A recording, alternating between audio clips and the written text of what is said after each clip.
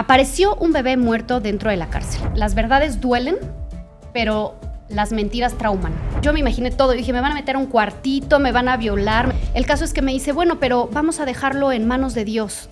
Yo dije, ¿qué? Muchas veces a algunos los madrean, los meten a la celda de castigo y les piden a los familiares, no sé, 50,000 pesos. Y unas muy exigentes que sí te encueran y te revisan todo y pasas. Que ella era líder de un cártel y se supone que ella hacía misas negras ahí adentro y que por eso metieron al bebé. Pues René, bienvenida al podcast. Yo sé que no estás muy familiarizada con mi contenido ni con mi contenido. Ya te estoqué. Ah, bueno, pero sí, pues básicamente es una plática normal. Siéntete cómodo a decir lo que quieras. Si no, ellos no se van a enterar, pero cualquier cosa se cambia, se edita, lo que sea. Perfecto. Así que siéntete con confianza. Pero para quien no lo sepa, René es una persona muy interesante porque ha hecho su carrera a base de libros, algo que hoy en día está como muriendo, pero a la vez sigue cultivando mucho a las personas. Pero traes una historia también muy interesante porque a tu esposo le pasó algo pues feo, ¿no? Sí. Hay un podcast muy interesante que, bueno, lo hace uno que se llama Gus Gris, que siempre trae personas así contando historias de que alguien lo secuestraron, que alguien le robaron, y creo que esta es una historia como de ese tipo. Pero me gustaría también saber tu versión. No sé si se vaya a subir antes la versión de él o después, así que pues cuéntame y ya yo te voy haciendo preguntas conforme vas. ¿Cómo empezó todo? ¿Cómo te enteraste? O sea, me gustaría saber todo, literal. Sí, pues mira, hace, ya no me acuerdo si 3 años, por ahí más o menos, un diciembre, era diciembre, 20 de diciembre además, una fecha, terrible, y lo hacen al propósito, pero bueno, era 20 de diciembre y yo estaba en mi computadora trabajando porque iba a hacer una entrevista a un autor, precisamente, tenía que entrevistar a un autor para una librería muy importante, entonces yo estaba preparada, ya mis 3 minutos antes de empezar la entrevista siempre mentalmente me preparo y normalmente dejo mi teléfono lejos para que no me interrumpa en la entrevista, pero esa vez lo tenía cerca y sonó mi esposo.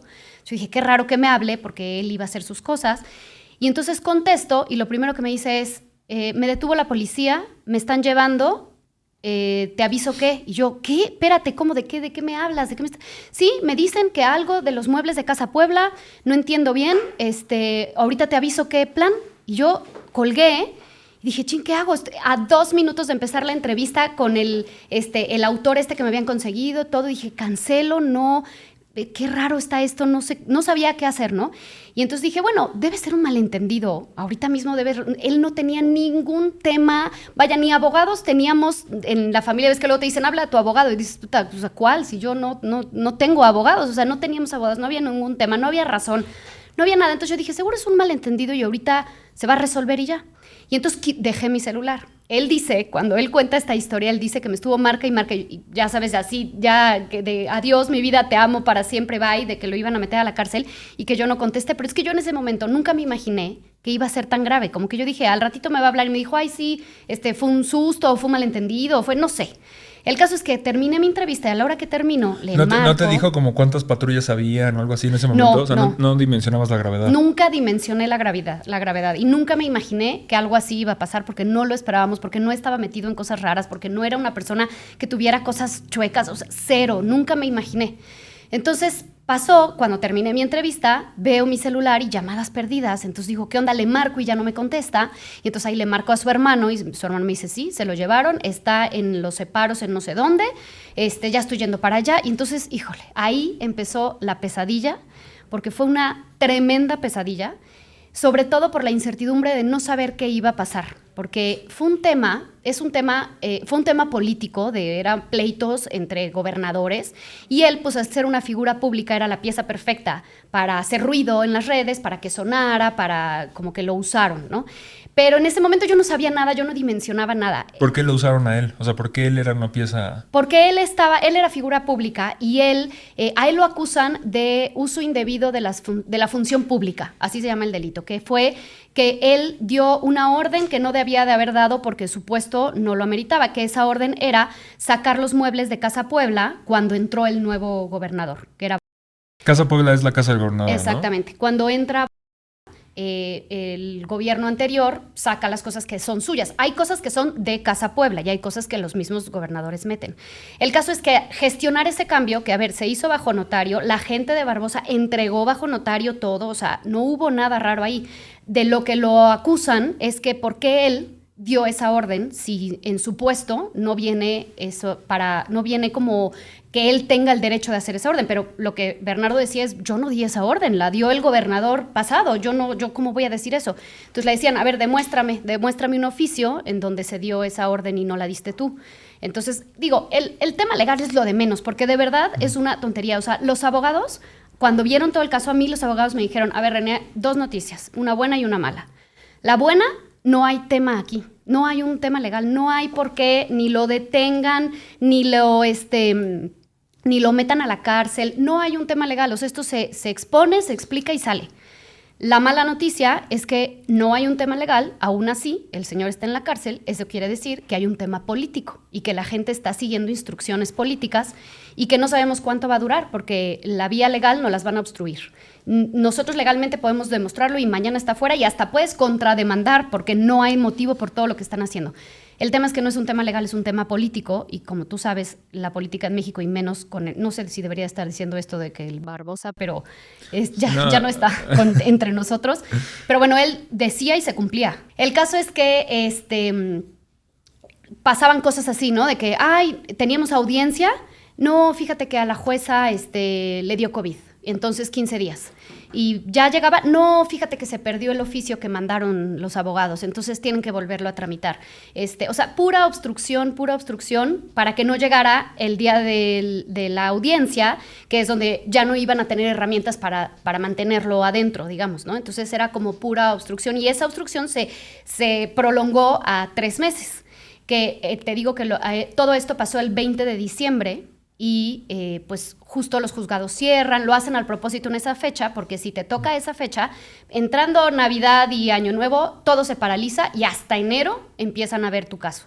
Entonces, así me pasó, que yo estando afuera, cuando me di cuenta que sí era un asunto grave, que no estaba fácil de solucionar porque era un tema que la gente estaba siguiendo instrucciones políticas y no podían hacer como las cosas que se tenían que hacer para que él saliera rápido. Entonces dije, ¿qué voy a hacer? Porque no va a estar en Navidad, no va a estar en Año Nuevo, no va a estar en Día de Reyes. ¿Qué le voy a decir a mis hijos? O sea, tengo 3 hijos chiquitos, ¿y qué les voy a decir? Que su papá está haciendo algo más importante. O sea, yo no quería decirles, se fue a trabajar, como que está peor la herida de se fue a trabajar y le valió gorro Navidad, Año Nuevo y vacaciones con nosotros. No estaba lógico. Además, Bernardo es un papá muy presente, no concordaba esa historia con lo que él es normalmente con los niños. Entonces, ahí dije, pues voy a tener que ver qué onda. Entonces hablé con una psicóloga, le dije, oye, a ver, tengo esta situación, no sabemos cuánto tiempo va a durar, porque es lo que me dijeron los abogados. Los abogados me dijeron, lo malo de esto es que como es político, puede durar 1 mes, puede durar 8 años, o 3 años, o 8 meses, o sea, no sabemos cuánto tiempo el gobernador va a mantener esa instrucción. Hasta que el gobernador no cambie esa instrucción, no va a salir. Entonces era un tema de incertidumbre, de no saber cuánto tiempo iba a ser así.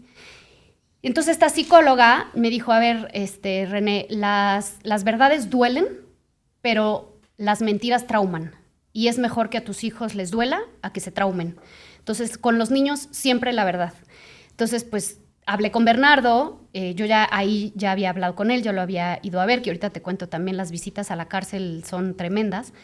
Y acordamos en que les íbamos a explicar a los niños y la psicóloga me dijo, explícales tal cual las cosas como están pasando, o sea, no tienes que decirle pasa frío, llora en las noches, no está comiendo bien, o sea, tampoco, pero sí explícales en dónde está, por qué está sucediendo, que los abogados y sobre todo diles que los adultos ya lo están resolviendo, que ellos como niños no se tienen que preocupar, que los adultos lo están resolviendo y que tarde o temprano esto se va a resolver, pero que por el momento papá no va a estar. Entonces, pues, digo, es de las cosas más duras que he hecho en mi vida, centrar a mis 3 chiquitos en vísperas de Navidad y explicarles que su papá estaba en la cárcel, que no sabíamos cuánto tiempo iba a estar ahí, que los amaba y que él estaba tristísimo de no poder estar con ellos. Y bueno, fue muy duro, como que ellos, la más grandecita sí entendió, el de en medio lloraba, la chiquita como que no sabía nada y poco a poco cada uno lo fue como asimilando y acomodando en su entender y en la realidad que pues a ellos también les tocó vivir a lo mejor un poco cubiertas las partes crudas, pero pues la realidad de lo que estaba pasando en ese momento.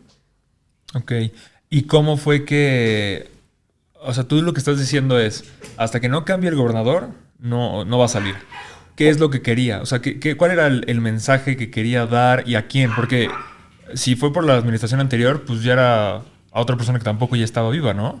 Entonces, En la campaña del gobernador nuevo estaba que iba como a perseguir a la gente del gobernador anterior, que muchos tenían cola que le pisen. Y de hecho, el día que tomaron a Bernardo, salieron órdenes para apresar a varios y a todos les avisaron, entonces todos salieron corriendo, menos a Bernardo. ¿Por qué creemos que fue así?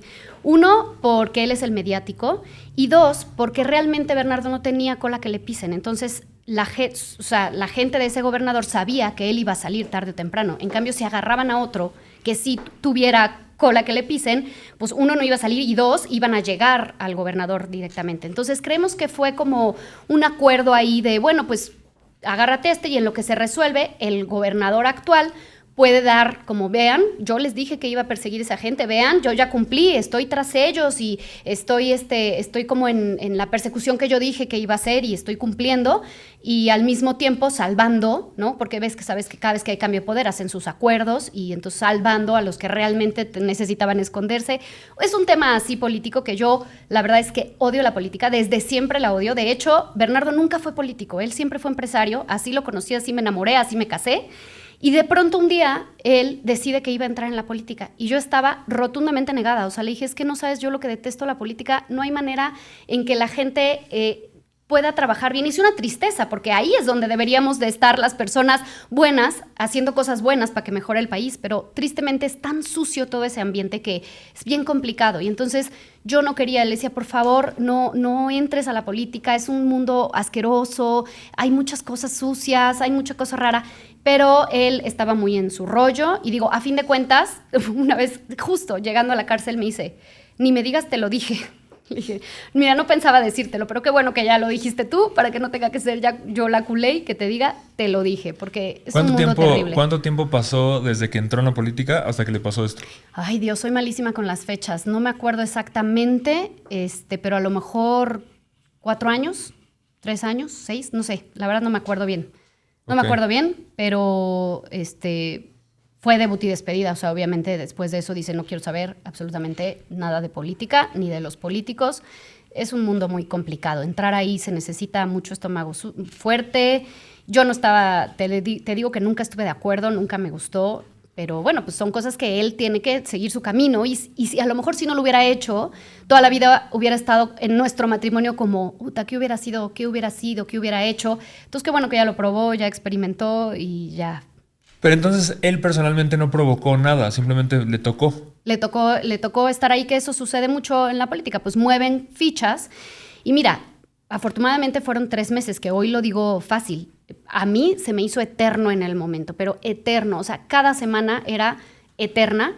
Y si desde un principio nos hubieran dicho, oigan, van a ser 3 meses, ok, te programas y son 3 meses. Pero el no saber cuándo era lo que dolía muchísimo, porque yo no sabía si se iban a volver años o cuánto o qué, ¿no? Fue como mucha incertidumbre. Y me acuerdo perfecto, la primera vez que visité la cárcel, me acompañó mi papá, ¿no? Que estábamos en este tema y bueno, había que ir a verlo, además iba a ser Navidad y le teníamos que llevar cosas, hacía un frío, era invierno, entonces hacía un frío, tenía que llevarle cosas. Yo no sabía nada o sea, en mi vida me había pisado la cárcel, nunca, no tenía ni idea de nada. Entonces llegamos y bueno, primero una fila eterna, entonces estás formado en la fila, te revisan todo, ya por fin pasas después de la fila, te separan hombres y mujeres, entonces me separan de mi papá. Él se va por una fila y yo me meto por otra. Entonces yo no tenía ni idea ni por dónde caminar ahí adentro ni qué. Tenía mucho miedo. Y entonces pues dije, pues voy a seguir a la de enfrente, a ver, pues para donde vaya ella, pues ahí irán todos. Entonces voy entrando, te catean, te quitan zapatos, te revisan por todos lados, y ya paso y voy pasillito, escalera, así es como un laberintito por ahí adentro.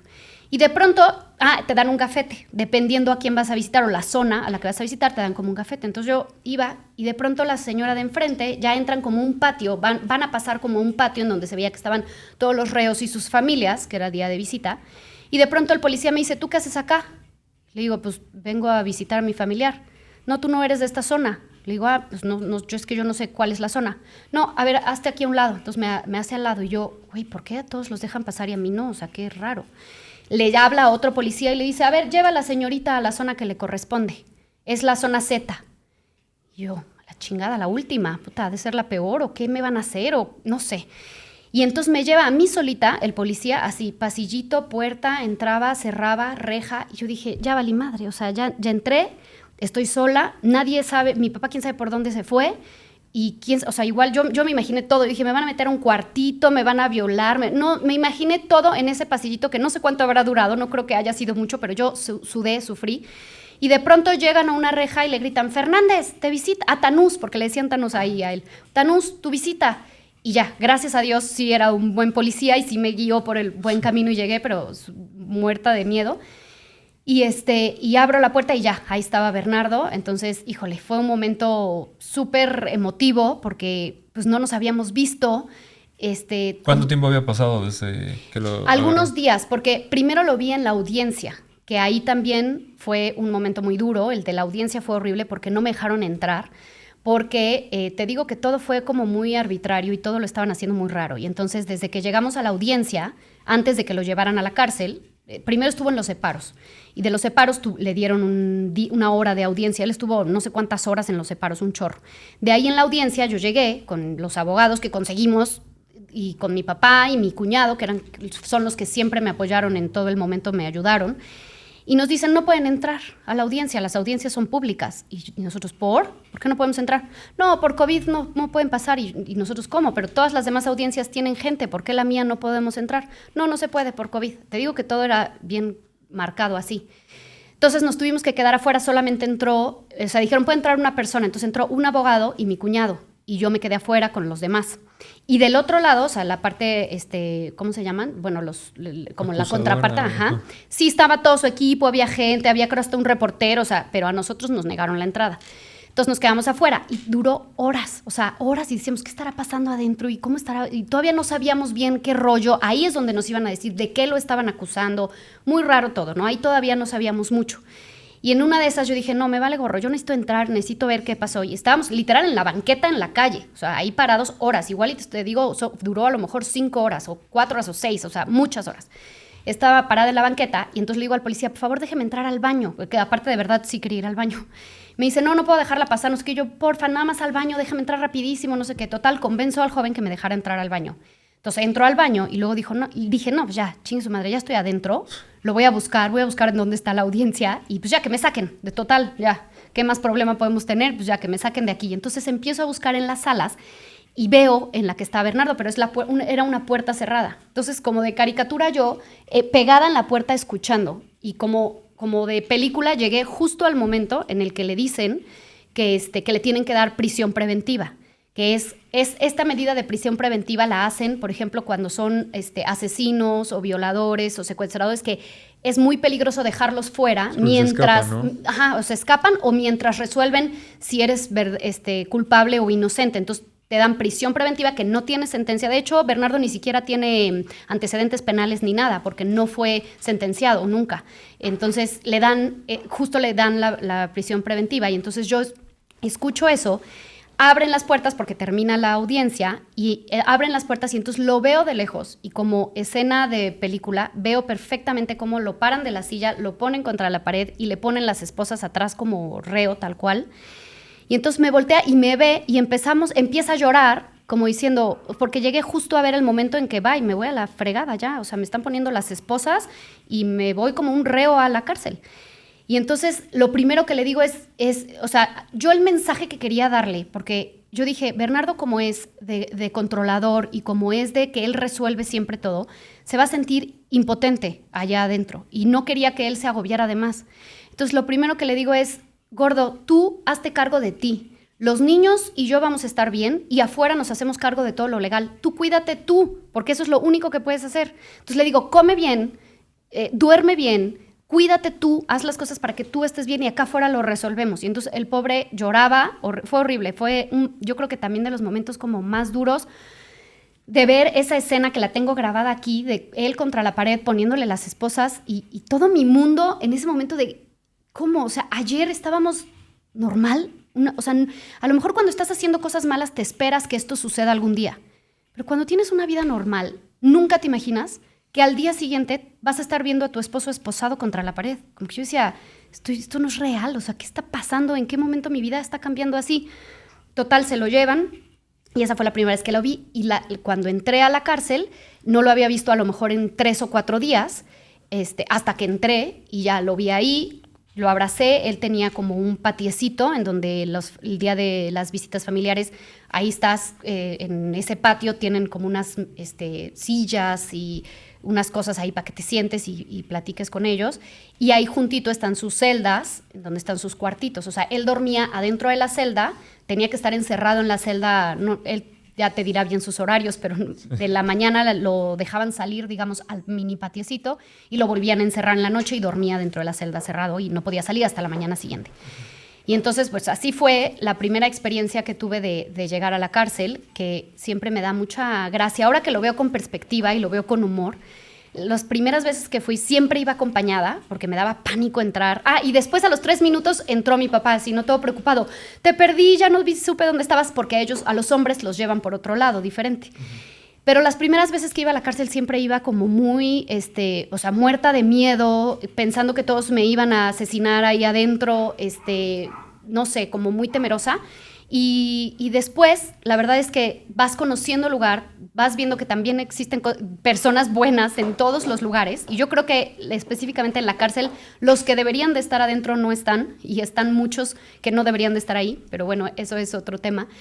Y ya después me iba acostumbrando, y ya te lo juro que al último, o sea, me iba sola, nada más le avisaba en el chat de mi familia para que supieran dónde estaba, porque obviamente te quitan celular, te quitan todo, estás incomunicada todo el tiempo que estás adentro. Entonces les avisaba, oigan, voy a entrar a la cárcel, les aviso saliendo. Pero yo ya llegaba, al que cuida los coches ya le decía, hola, buena, sí, ahí le encargo. Entraba, saludaba a los policías, como pedo por mi casa, ya me sabía el caminito, ya conocía a la gente de adentro. Entonces ya al último me da mucha risa que ya era casi, pues yo iba 2 veces a la semana, entonces ya era como algo muy habitual, le perdí totalmente el miedo. Y también hay personas muy buenas, algo muy chistoso, una anécdota que me encanta, porque así es la vida, y ese es como un ejemplo perfecto de cómo siempre que tengas oportunidad de hacer algo bueno por alguien, tienes que hacerlo, porque nunca sabes la vida cómo da vueltas y cómo luego resultan cosas, como el famoso karma. Mi papá tenía una fábrica, y un día a la fábrica llegó la policía. Venimos por el señor tal que trabaja con usted. Y mi papá sí sabía quién era ese señor. Entonces dijo, no está, no ha venido, desde hace mucho ya no viene acá, no está, no ha venido. Gracias, bye, y se fueron, ¿no? Entonces mi papá, acto seguido, así de, tráiganme a este chavo. Entonces llega el joven. O sea, sí lo conocía. Sí, él sabía perfecto que trabajaba ahí, pero dijo, no sé, la policía por qué viene, como que no se quiso involucrar, y entonces habló y le dijo, a ver, brother, no sé en qué estás metido, ni siquiera tienes que decírmelo, solo te digo que te está buscando la policía y que te vino a buscar, entonces ve a arreglar tus temas, porque, no, pues es que, y le dijo, y te están esperando aquí afuera, porque la policía se quedó allá afuera esperando a que él saliera. Entonces mi papá, por meterse por buena onda, porque no cualquiera lo hace, le dice, métete a mi cajuela, yo te saco, te dejo donde sea, arregla tus temas y regresa cuando ya no tengas rollo, y si te puedo ayudar en algo. Creo que hasta le prestó dinero, pero mi papá no sabía si había hecho o no había hecho, pero dijo, bueno, pobre, este cuate viene a trabajar, tiene familia, no sé qué está metido, pero pues le voy a echar la mano y que resuelva sus temas. Entonces lo saca, sale el coche, saluda a la policía, el cuate en la cajuela, se va, ya lo deja. Pasó y ya luego creo que el cuate creo que renunció, y luego pasaron muchos años y ya nunca lo volvió a ver. Entrando a la cárcel, mi papá se lo topa como reo. Y le dice, don Jorge, ¿cómo está? Qué gusto. Se ve que no resolvió sus problemas. Se ve que no lo pudo resolver muy bien. Pero se lo encuentra ahí, ¿cómo está? No sé qué. Y entonces, ¿qué hace acá? Y le dice, no, pues es que mi yerno está aquí adentro. ¿Cómo cree quién es su yerno? Bernardo. Y le dice a mi papá, mi hija va a estar viniendo porque él, como reo, había estado ya mucho tiempo ahí. Y él ya tenía como que dentro de la cárcel tienen puestos, y los reos también ayudan un poco como a la organización. Entonces él como que administraba o dirigía una zona. O sea, digamos que él tenía como ahí su chambita, y él podía transitar por la chamba que él tenía, él podía transitar por los pasillos. Entonces, total, que lo saluda y todo. Por favor, lo que necesita aquí adentro, dígame. Le dice, pues sí, es que mi hija va a estar viniendo a visitar. ¿Cómo cree quién es su hija? No, René, no sé qué. Y cada vez, desde que se lo encontró, cada vez que yo entraba, él sabía cuándo eran los días de visita y las horas que yo iba. Cada vez que yo entraba, hasta donde él le permitían entrar, él estaba, Y entonces hola señorita René, buenas tardes. Me ayudaba a cargar las bolsas porque yo llevaba comida para Bernardo, entonces pesaba horrible y iba cargando. Me ayudaba a cargar las cosas y me escoltaba y me ayudaba y de cierta manera me protegía, porque siempre hay reos por ahí que los que tienen permiso de cambiar de un lado a otro o así, sí te da miedo. Que de hecho es muy raro, porque ellos tienen la instrucción de que cuando ven a un civil pasar se tienen que poner contra la pared y con las manos atrás hasta que tú pasas, ya siguen caminando, ¿no? Y lo cumplen.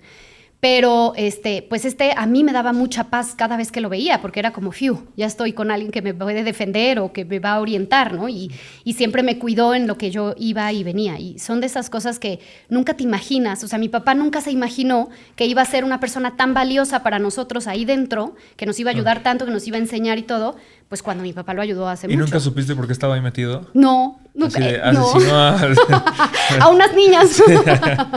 Pero no. La verdad es que a mí me da mucha risa y siempre molesto a Bernardo con eso, porque todos adentro son inocentes. O sea, resulta que nadie hizo nada, ¿no?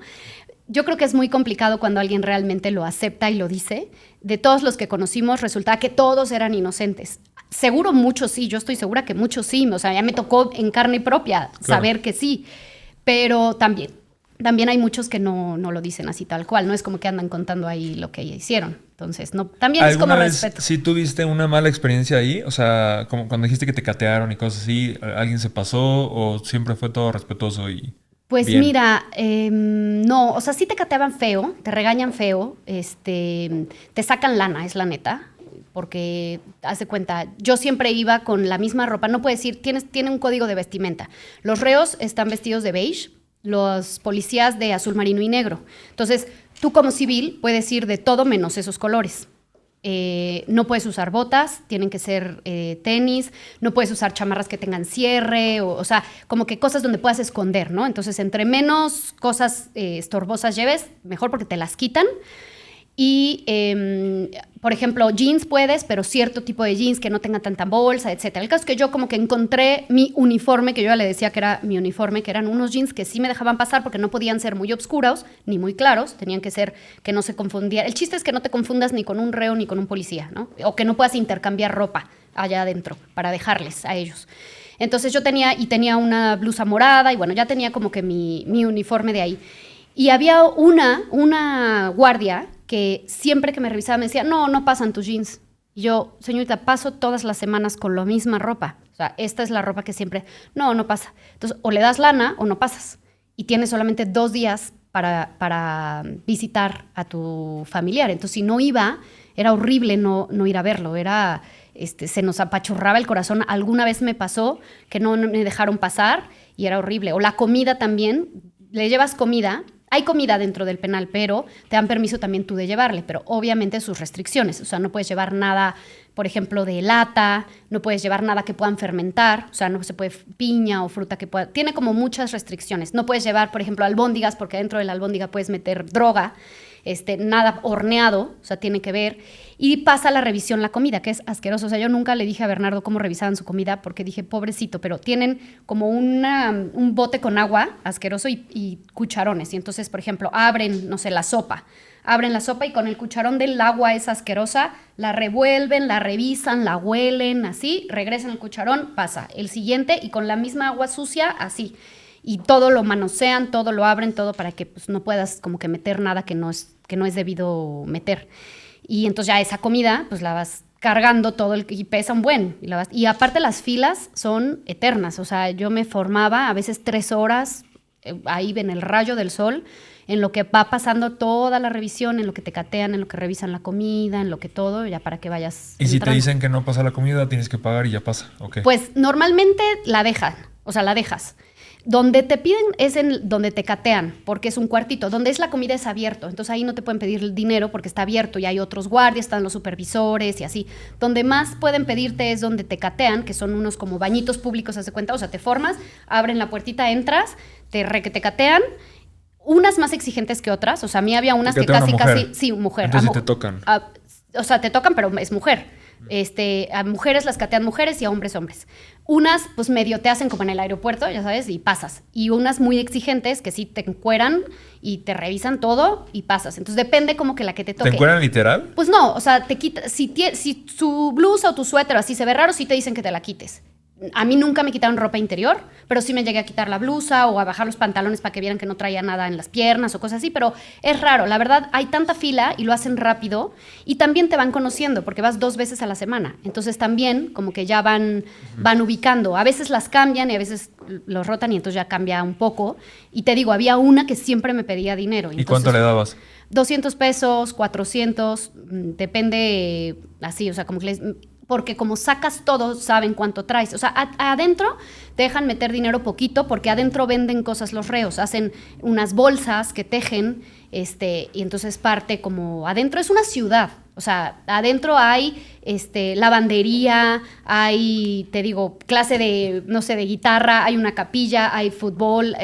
Es una ciudad ahí adentro. Y entonces los reos también pues buscan su manera de trabajar ahí. Entonces tú le das dinero a tu esposo para que compre cosas ahí. Sí, cada vez le dejaba que esto no sé qué tan legal sea, pero sí le dejaba tantito para que él pudiera comprar cosas. Por ejemplo, de hecho el flojo decía, le cobraban creo que 4 pesos la lavada de ropa o algo así. Entonces yo le decía, pues ya lávala tú. Decía, no, prefiero mejor pagarle. Era no me acuerdo quién era, pero bueno, un cuate que lavaba. O por ejemplo... De que 4 pesos me imagino que es mucho ahí. Sí, sí. Bueno, y ni te creas, todo cuesta, ¿eh? Adentro te cobran, o sea, a mí me costaba, Bernardo, al mes, carísimo, de todo lo que te cobran adentro, porque es una mafia tremenda. O sea, obviamente cosas no legales que, por ejemplo, tienen un refrigerador. Entonces, si quieres guardar la comida en el refrigerador, te cobran, no sé, 20 pesos a la semana o 50 o 100, no recuerdo las cantidades, para que puedas. Tiene, no sé, todo. O sea, para que no te madren, te cobran. Para que, lo que sea, todo te cobran. ¿Cuánto llegaste a pagar en un mes? Soy malísima con los números, no me hagas caso. Bernardo sí iba a tener ese dato más exacto, pero igual y 7,000 o más, no me acuerdo. Más, yo creo que más, no sé. Pero sí entonces te tenías cobraban que mucho. nivelar entre, si llevo mucho dinero, la que me catea me va a Me pedir lo quita, mucho, pero si no le llevo nada no le puedo dar. Exactamente. Entonces tenías que nivelar ahí. O esconderlo en otras partes más. Pero ya está más complicado. Cañonas. Sí, varias veces escondí. Una vez escondí una medicina. Ay, espero que no me metan al bote por estar diciendo esto. Pero, no creo, pero... Una vez le dolía horrible la espalda, y estaba con un dolor tremendo. Y para que los atiendan ahí y les den medicinas, tú como familiar tienes que mandar la medicina. No te creas que tienen dinero para que ellos les den la medicina, o sea, la cárcel como tal. Uh-huh. Pero es un trámite burocrático tremendo. O sea, tiene que ir al doctor, que le den la receta me la pasan a mí como familiar, luego yo la tengo que ingresar, la tienen que revisar, o sea, es todo un relajo. ¿Ya se curó para cuando pasó eso? Te lo juro, murió? Sí, no, del dolor ya se había muerto. Entonces una vez me dijo, en lo que está el trámite, mete unas pastillas porque no puedo. Y entonces sí me las escondí por donde pude. Y dije, puta, si me agarran, me van a retachar, me van a prohibir la entrada. ¿Puedes contar dónde las escondiste o quieres que dejarlo a la imaginación? Mira, un rollito de papel, así las pastillas y por ahí. O sea, no metido, pues, afuerita. Pero así las pasé. Yo dije, porque te digo que la ropa interior no me la quitaban. ¿Y qué hubiera pasado si te hubieran descubierto?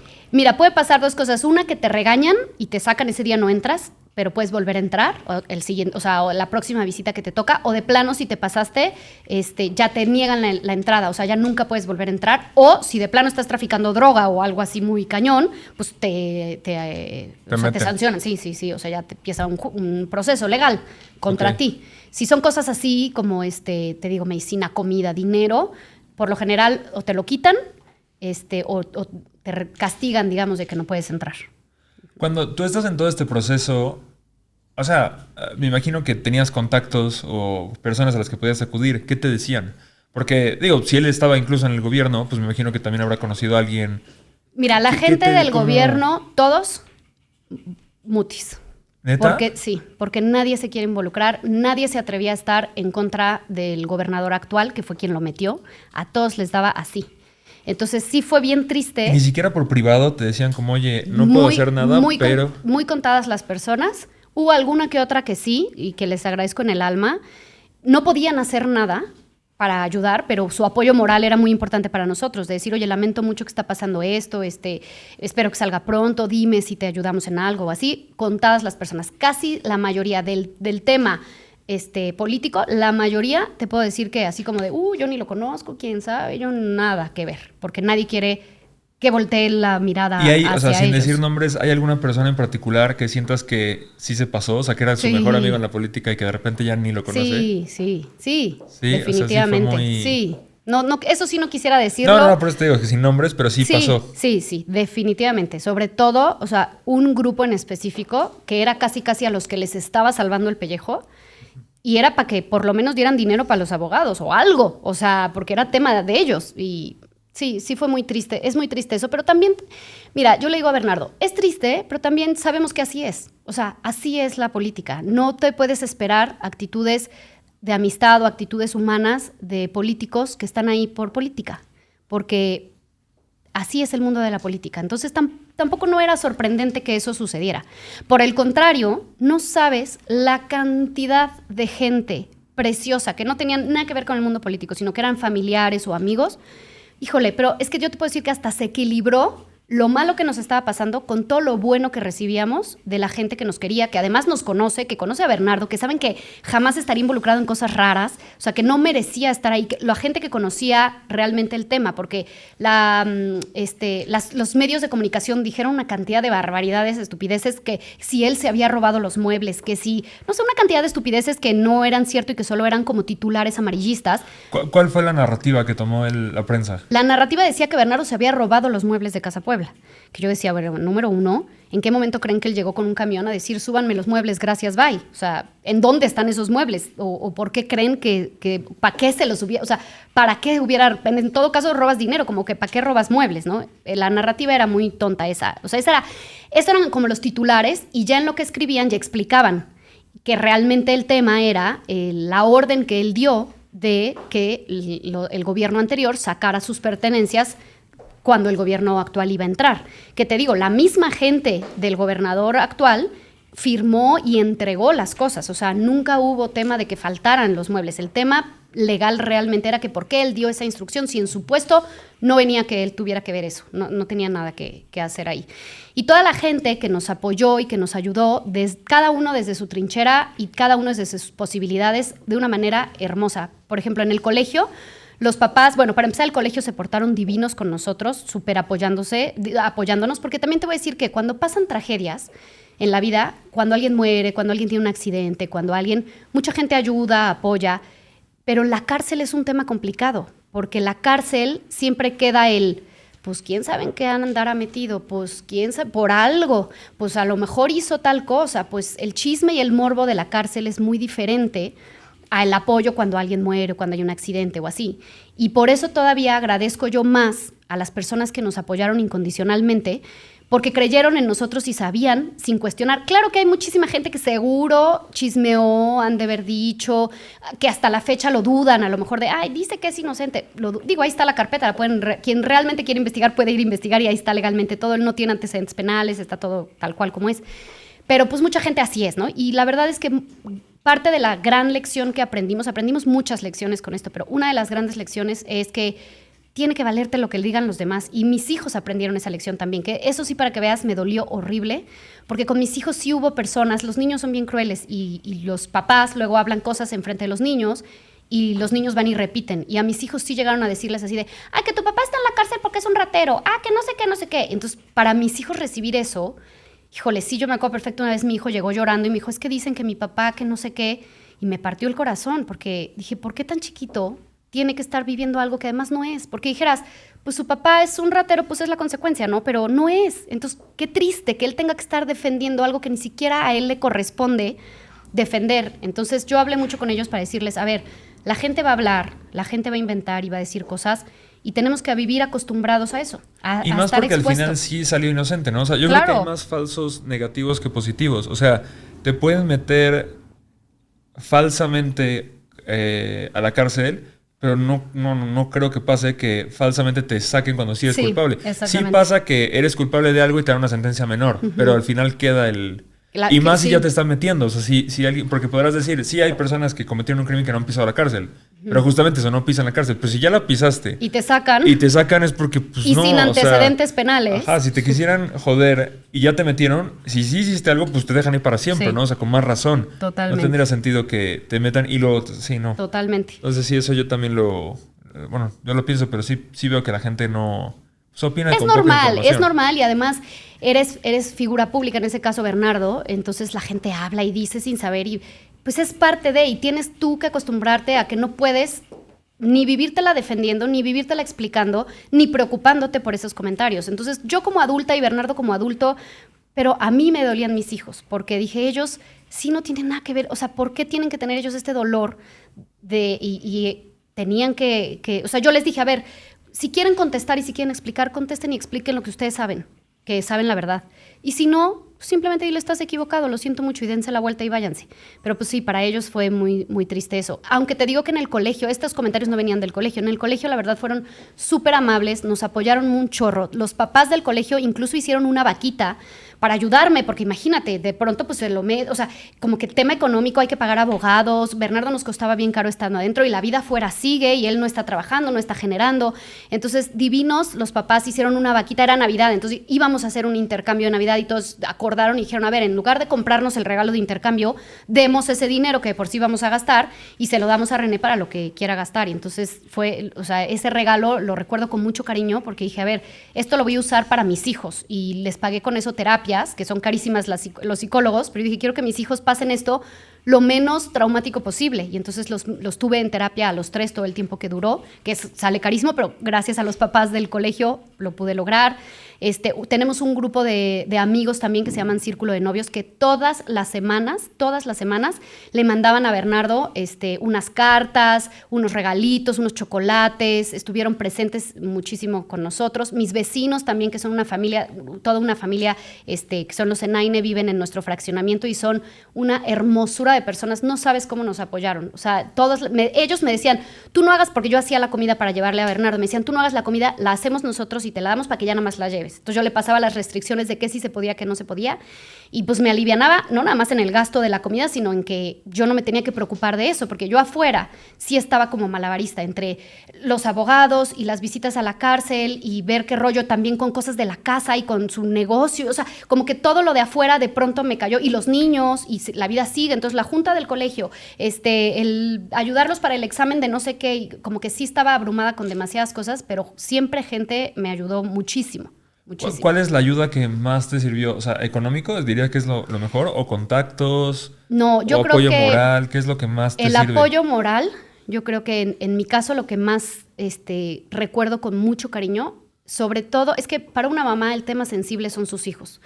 Entonces, para mí, mira, ya hasta me dan ganas de llorar, porque para mí, que contuvieran a mis hijos, para que yo pudiera hacerme cargo de lo que me tenía que hacer cargo, que era lo legal, lo económico, todo el tema feo, yo estaba descuidando, por así decir, porque no podía estar haciendo la tarea en la tarde y al mismo tiempo en junta con los abogados, ¿no? Pero pues tenía que ocuparme de los abogados. Entonces, ¿quién iba a hacer la tarea en la tarde?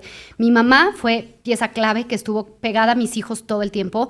Muchas amistades, tengo amistades que me decían el viernes, porque el fin de semana yo visitaba a Bernardo, lo visitaba miércoles y sábado, creo, o domingo, no recuerdo bien, sábado. Entonces había muchas amistades que me decían, oye, recojo a mi hijo, por ejemplo, o a los 3, o a veces a uno, a veces a otro, me lo llevo, y los paseaban, lo llevaban al cine, como que un poco que vivieran cosas normales de niños, y te lo regreso el domingo para que tú tengas todo el fin de semana de gestionar y de hacer cosas.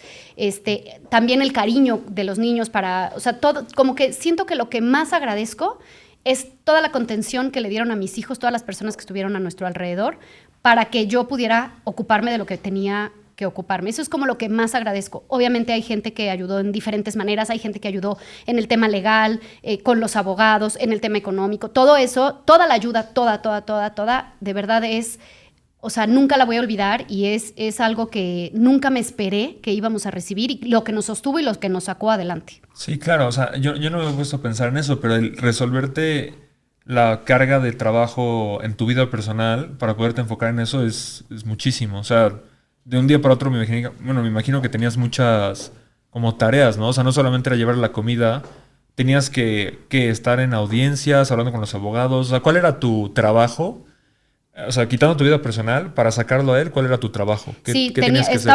Híjole, mira, una de las cosas que odié hacer, la recopilación de papeles y de cosas. Me pidieron los abogados una cantidad de cosas, de trámites, de papel, cosas que malamente a lo mejor yo no estaba tan involucrada, con las cuentas del banco, con 1000 cosas que yo no me sabía ni las claves.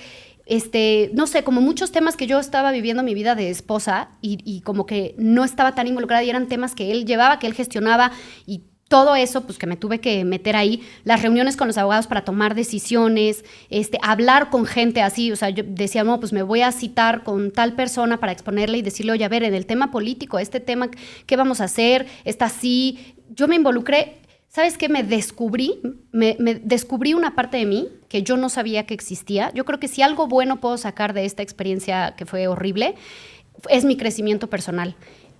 A lo mejor yo no me hubiera creído capaz de hacer todo lo que hice en esos meses. O sea, si hoy lo veo y digo, wow, o sea, sí pude, o sea, sí la armo. Si tengo que salir a la vida a rifármela, me la rifo. Si tengo que ir a la cárcel, si tengo que decirle, una vez me enojé horrible con el abogado porque nos cobraba muchísimo y digo, la verdad, mis respetos a los abogados y lo hicieron todo muy bien. Pero ni siquiera fue la abogada, que era mujer, además, eso. Cuando llega, hablamos con el despacho y sí, vamos a mandar a alguien. Y cuando llega y veo que es mujer, dije, fiu, bendito Dios. O sea, confié en ella desde el minuto 1 porque yo dije, conozco a las mujeres, o sea, sé cómo somos, sé cómo chambeamos, sé cómo nos comprometemos.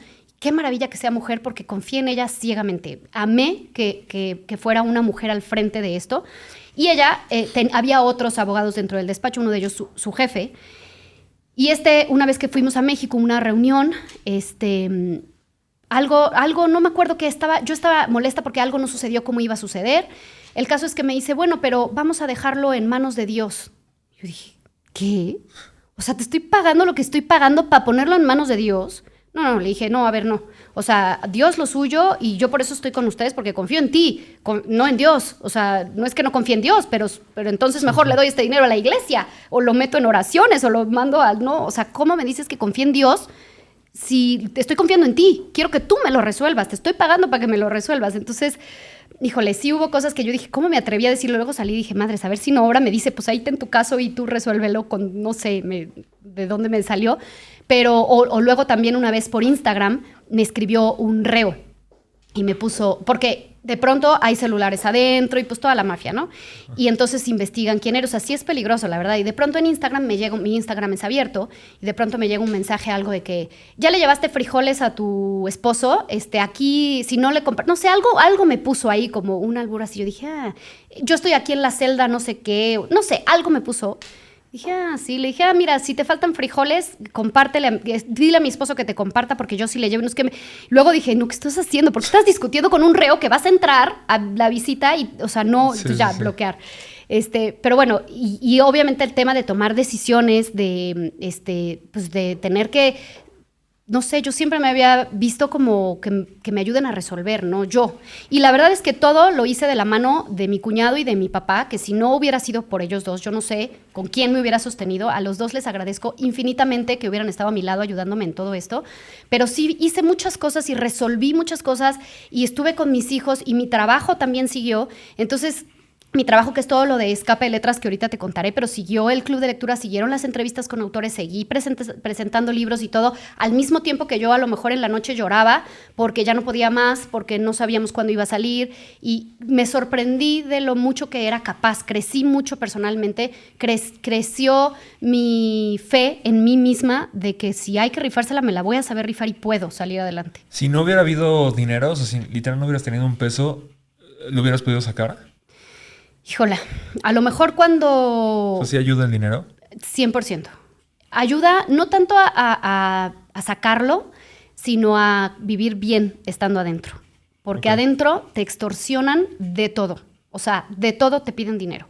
Si no tienes, te la pasas muy mal. O sea, por ejemplo, hay una celda que es como la celda de castigo. Entonces, muchas veces a algunos los madrean, los meten a la celda de castigo y les piden a los familiares, no sé, 50,000 pesos, 20,000 pesos. Y si no los tienes, ahí te dejan en la celda de castigo. Y comes mal, duermes mal, la pasas fatal hasta que la familia... Y todo esto es abajo del agua. Entonces... ¿Te pasó eso? No, gracias a Dios no, porque Bernardo estaba súper cuidado adentro. Desde que él entró, no sabes cómo él tenía... Ya te contará él su versión de cómo él entró y de lo que fue dormir en una celda y de todo. Pero desde que entró, todo mundo tanto guardias como reos, lo cuidaron muchísimo. Los guardias y las policías porque tenían instrucciones de cuidarlo. Porque al mismo tiempo, al ser mediático, si algo pasaba, claro, iba a sonar al revés, o sea, se les iba como a voltear. Y también porque mucha gente con poder habló para que lo cuidaran, o sea, mucha gente que sí lo quería, que tenía conectes, fue como de, oye, tienes ahí a mi brother, cuídenlo. O sea, a lo mejor no podían sacarlo, no podían hacer más que darle instrucción de trátenlo bien, cuídenlo. Hubo mucha gente que ayudó. Entonces él estuvo, bendito Dios, muy cuidado ahí adentro y no pasó así algo que se lo madrearan o que nos extorsionaran de más o así, no. Pero sí conocí a muchas personas, en la fila sobre todo, platicas mucho porque en la fila están muchas mujeres. Y es como una hermandad chistosa porque al mismo tiempo todas tenemos el mismo dolor, que es tener un familiar adentro. No sabes si es el esposo, si es el hermano, si es la amiga, bueno, un familiar o si es el hijo. Pero estamos muchas mujeres en la fila de mujeres, muchas mujeres formadas, que nosotras no tenemos nada que ver con lo que tenga que ver el que está adentro. Pero todas estamos ahí apoyando al ser familiar, al ser querido. Todas le llevamos comida y entonces es como descubrí que entre estas mujeres nos ayudamos. Y muchas, por ejemplo, mucho de lo que yo aprendí de cómo se manejan las cosas ahí adentro, de qué podía llevar, de qué no, de como todos los tips para sobrevivir ahí adentro, lo aprendí de estas mujeres que te ayudan. Y, por ejemplo, una vez dejé mi bolsa y creo que caminé tantito para allá para tirar algo a la basura, no me preguntes qué, regresé, y la que estaba atrás de mí me dijo, nunca vuelvas a hacer eso. Y yo, ¿hacer qué? Nunca dejes tu bolsa descuidada. Yo, no sabes la cantidad de veces que te meten cosas para que en la revisión te encuentren. Entonces, ten cuidado nunca. Y yo, su madre, qué bueno que me dices, muchas gracias. Y ahí conocí muchas anécdotas tristísimas. Había una señora que era una señora preciosa que iba siempre a las visitas, que venía además de un pueblo de no sé dónde. Entonces, hacía horas en venir, más horas en la fila, más las horas de regreso. Y me decía que su esposo estaba dentro injustamente porque era homónimo del líder de la bandita del pueblo. O sea, en el pueblo había una bandita de malos y el líder tenía un nombre que era exactamente el nombre de su esposo, que era un carpintero, muy honesto, trabajador, papá de familia del pueblo. Entonces, el presidente o el que gobernaba ahí agarró al homónimo para decir, vean, ya agarré a nuestro líder de la banda, está aquí, ya está en la cárcel. Pero pues resulta que no era él. Y él tenía todo para demostrar que no era él. Pero pues no tenía abogados, eran los abogados de oficio y eso tarda años. Y cuando es un tema político, es lo que te digo, cuando es un tema político no hay tema legal que pueda ganar. Entonces te llevaba no sé cuánto tiempo y a ellos sí los extorsionaban. Justo cuando me la encontré en la fila, estaba llorando y me decía, es que me están pidiendo 50,000 pesos. ¿Te imaginas lo que es 50,000 pesos para esas personas que vienen desde no sé dónde, que ya están de por sí gastando en todo este tema, porque se madrean a mi esposo y me piden para que lo pasen al lugar donde corresponde y no sé qué, y dices, de estas se pasan, o sea, qué injusto que todavía alguien la está pasando mal y hagan que la pase todavía más mal, es tristísimo. Dices que, un aspecto es el cuánto gastas para que la persona esté dentro, ¿no? Pero el otro aspecto es, pues, como dices, ¿no? Sacarlos, a pagar abogados, etcétera. Si hubieras tenido, o sea, quiero ver como los dos extremos. Si no hubieras tenido dinero para abogados, seguiría ahí. Y si hubieras tenido dinero infinito, ¿hubiera salido antes? ¿Qué tanto juega ahí? No. Ahí sí es lo que es. No, el dinero, aquí, en este tema, el dinero ayudó a tener unos muy buenos abogados que tenían muy buenos contactos para el tema de que lo cuidaran, y para el tema de llevarle mensajes al gobernador de decir, oye, estás metiendo a la cárcel a alguien que no es, o sea, quita el dedo de ahí para que fluya. O sea, a mí los abogados me decían, lo que legalmente tenemos todo. El punto aquí es convencer al gobernador de que deje de obstruir, porque lo que están haciendo es obstruir para que no fluya lo legal. Entonces, hasta que dejen de, o sea, ni siquiera tenían que hacer un favor ni nada, simplemente es dejen que fluya la ley y va a salir. Entonces, eso ni teniendo todo el dinero del mundo, porque era la decisión del gobernador, en el momento en que él decidiera. Y se logró cambiar esa decisión. ¿Y nunca intentaste hablar con el gobernador? Claro, conseguí el teléfono de la, ¿cómo se llama? Como su mano derecha, su asistente o así. Yo le escribía, me bloqueó, pero yo le escribía diario así, por favor. Y claro que intenté llamadas. Ahí, él tiene como audiencias donde recibe como a la gente, o sea, te formas ahí, te puede recibir o no, te puede... Y claro, hice todo eso porque yo iba o sea, ¿Y alguna vez pudiste hablar con él y decirle? No, nunca ¿Nunca te dio la cara? Nunca pude llegar a eso. ¿Y su mano derecha o asistente te bloqueó? Nunca me contestó. Y yo supongo que en algún punto me bloqueó porque yo todos los días mandaba mensaje, por favor, y necesito una audiencia y solo escúchenme un minuto. Y nada. O sea, bueno, sí. Me imagino que no eras la única que le escribía todos los días. También por eso ya era como que, bueno, ya, una más. ¿Qué otra historia así fea escuchaste dentro de...? Ay, ¿O esa fue la que más te no, impactó? ¿cómo? No te he contado la peor. Ya te contará Bernardo, porque él lo vivió obviamente mucho más intenso.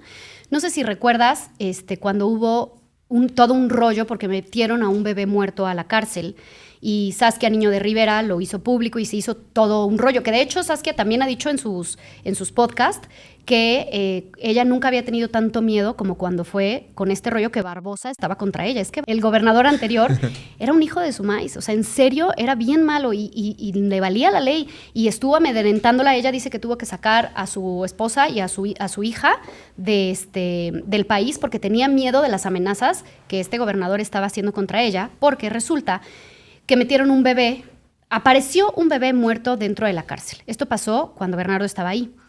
Hay muchísimas versiones. La versión oficial que dieron es que metieron al bebé, o sea, se supone que lo metieron ya muerto con droga adentro, lo cual es una tontería porque la droga la mete la misma gente de la cárcel, o sea, no necesitan meter un bebé. O sea, la mafia ahí adentro está a todo lo que da. No necesitas hacer eso para meter droga, o sea, la droga ahí abunda. Entonces, esa fue como la versión oficial que dieron, pero esa no era. La versión que se manejaba adentro era que habían metido al bebé para oficiar una misa negra, porque la Santa Muerte y todo eso está a todo lo que da. De hecho, Bernardo tuvo una compañera de celda, y digo compañera porque era una mujer trans, ya te contará él todo lo que sucedió, que ella era líder de un cártel y se supone que ella hacía misas negras ahí adentro y que por eso metieron al bebé. Cuando pasa esto, que se lo encuentran en la basura y entonces hacen todo un escándalo mediático, esta Saskia Niño de Rivera dice, hace como que, ¿qué está pasando ahí adentro? O sea, ¿cómo suceden estas cosas? Y entonces se hace como un boom. Cambian al director del penal, que lo que dicen, los chismes de adentro, es que hicieron todo esto del bebé y que encontraran el bebé y todo para desestabilizar al director, porque adentro es como una plaza, es como una ciudad, y entonces trabajan varios cárteles. Y de estos cárteles, uno tenía como más poder que otro. Entonces, para desestabilizar al director, que favorecía más a un cártel que a otro, hicieron todo este rollo, corrieron al director de la cárcel y metieron a una mujer, a otra nueva, que lo mismo. Cuando dije, es mujer la directora de la cárcel, ya valimos. O sea, va a estar y tal cual. O sea, llegó y empezó a cambiar y empezó a hacer unas cosas radicales, muy ruda y muy cañona.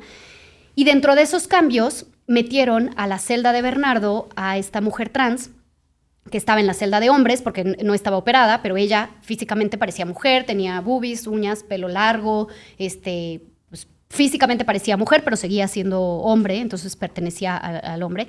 Y ella estaba en todo el rollo de la Santa Muerte, tenía su altarcito ahí con sus cosas.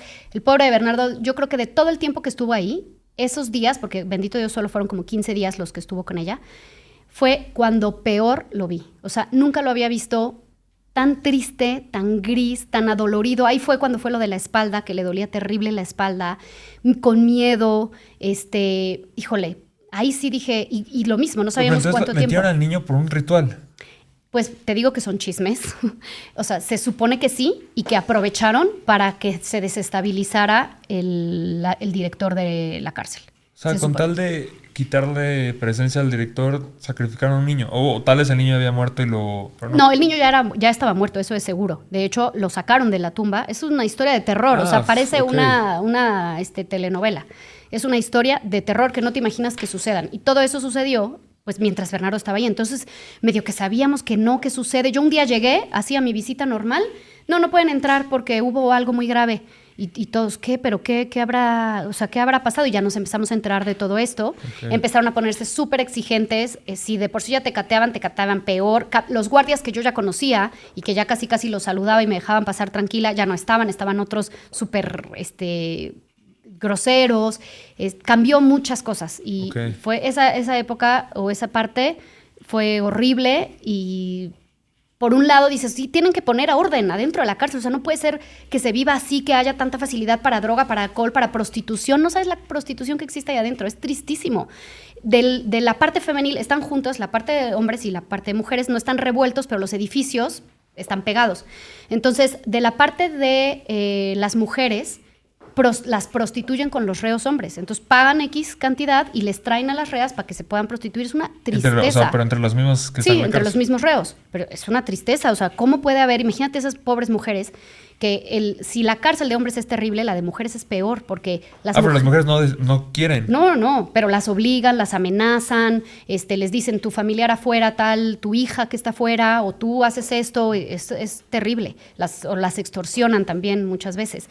Y las mujeres son mucho más abandonadas en la cárcel. O sea, los hombres, la fila de hombres para entrar a la cárcel es bien chiquita y la fila de mujeres es larguísima. Porque tú como mamá o como hermana, incluso hasta como esposa, sea culpable o no tu ser querido, no lo abandonan. O sea, lo van a visitar, le llevan comida, le llevan ropa, lo atienden, están pendientes. Pero las mujeres que están en la cárcel siempre son abandonadas porque les da vergüenza a la familia, porque el esposo, obviamente, imagínate, muchas de ellas están adentro porque los novios las involucran en sus pandillas o las hacen hacer cosas a las mujeres. Muchas serán malditas seguramente, ¿no? Pero muchas también están ahí por el güey con el que andaban. Y obviamente, en el momento en que meten a la cárcel, media vuelta y la que sigue, y las abandonan ahí adentro. Entonces, la cárcel de mujeres, la situación de las mujeres en la cárcel es todavía más fea que la de los hombres, es terrible. Sí, no, y aparte sí, es que de esas diferencias de hombres y mujeres también se habla mucho de eso, ¿no? Que las mujeres son mejores cuidando y justo lo que dices, muchas están ahí por culpa del otro, por amor o por lo que sea, terminan hasta involucrándose en eso. Sí. Y bueno, ¿cómo empezaste a integrar esto con lo que haces? O sea, a mí también me llama la atención a lo que te dedicas. O sea, ¿cómo haces una carrera de libros y de leer o sea, cómo haces que eso sea parte de tu trabajo, de tu influencia, de todo? O sea, Pues mira, ese es un tema muy bonito, a diferencia de lo feo de la cárcel.